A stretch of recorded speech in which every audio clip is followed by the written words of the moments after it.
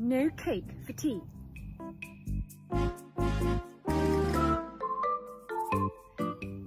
Jimmy, Johnny and Ginny were alone in the house, for Great Auntie Jane, with whom they lived, had gone to market with a great big basket. Jimmy, Johnny and Ginny listened to the door shut behind her, and then they kicked their little heels together and smiled 3 naughty little smiles. "Now, what shall we do?" said Jimmy. "Something terribly nice," said Johnny. "Something we could never do if Great Auntie Jane were at home," said Ginny.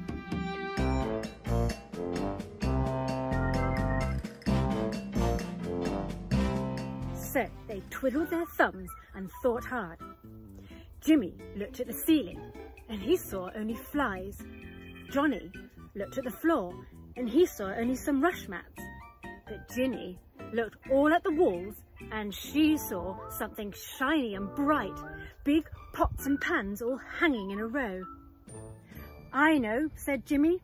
"We'll cook a great big cake and eat it all up before Great Auntie Jane comes home."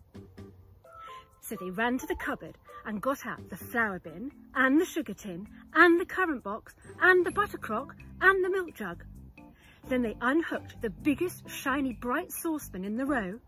Then they emptied all the flour and all the sugar and all the currants and all the butter and all the milk into a saucepan which was filled quite to the brim, and together with a mighty heave they managed to get it up on top of the stove.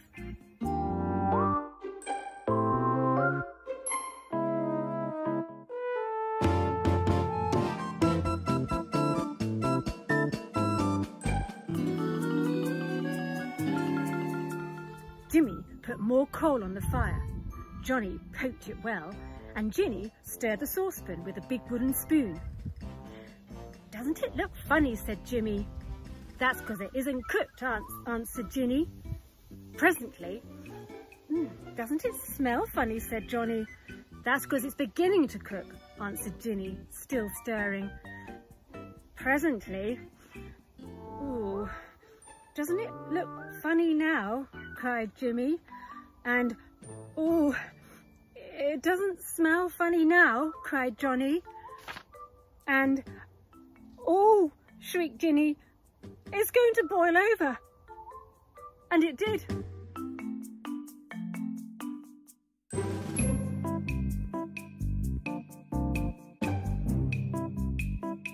And it came bubbling up and up, and then it went bubbling down outside the pot, all over the stove, all over the fender, and all over the floor.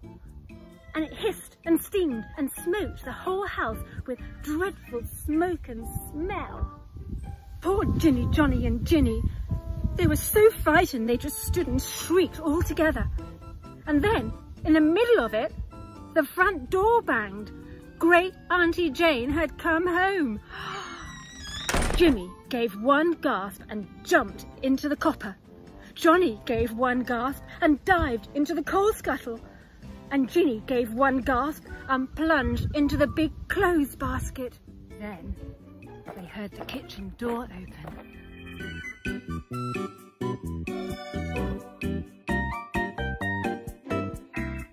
"Oh," said Great Auntie Jane in a deep voice. And she went straight to the copper and pulled out Jimmy. Then she went to the coal scuttle and pulled out Johnny. Then she went to the clothes basket and pulled out Ginny. "Now," said Great Auntie Jane, "there will be no cake for tea, because there's nothing to make it with. And you will have none of your nice apples I brought home in my big basket because you've been naughty. But there's one thing you will have, and that's an extra hour in bed." And Great Auntie Jane took them straight up.